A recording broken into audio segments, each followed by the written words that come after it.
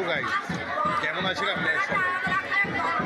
আপনার সবাইকে জানাই স্বাগত আমার নতুন আরেকটা ভিডিওতে। আমি এখন দাঁড়িয়ে আছি বড়গাছির সেই মন্দিরের সামনে, যে মন্দিরে হাজার হাজার দর্শনার্থীরা আসে ভগবানকে দর্শন করতে, পুজো দিতে। শুধু তাই নয়, এই ভগবানকে মনে করে যারা যারা কিছু চেয়ে থাকে মন থেকে, এখানে সেটা খালি হাতে ফিরে যায় না। এটাই সবার বিশ্বাস, এটা আমারও বিশ্বাস। তাই এত ভিড় এখানে, হাজার হাজার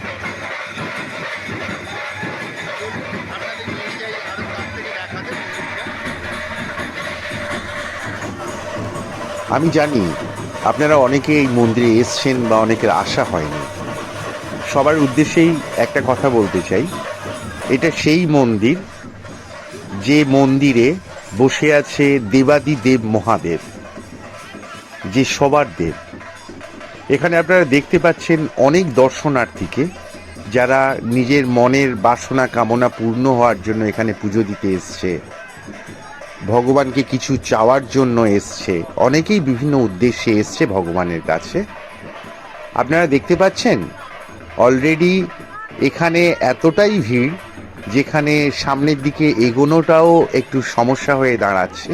কিন্তু কখনো কারো সমস্যা হয় না, ধীরে ধীরে এগিয়ে যেতে হয়।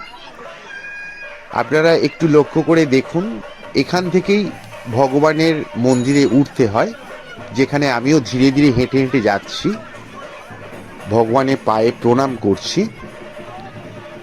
এখানে যেসব মানুষগুলো দাঁড়িয়ে আছে সবাই ভগবানের ভক্ত, আমি থেকে শুরু করে।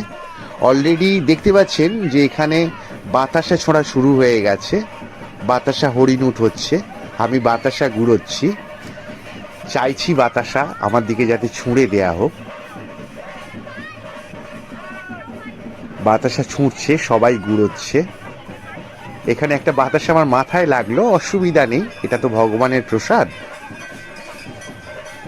আপনারা যদি পারলে সময় করে এখানে আসুন।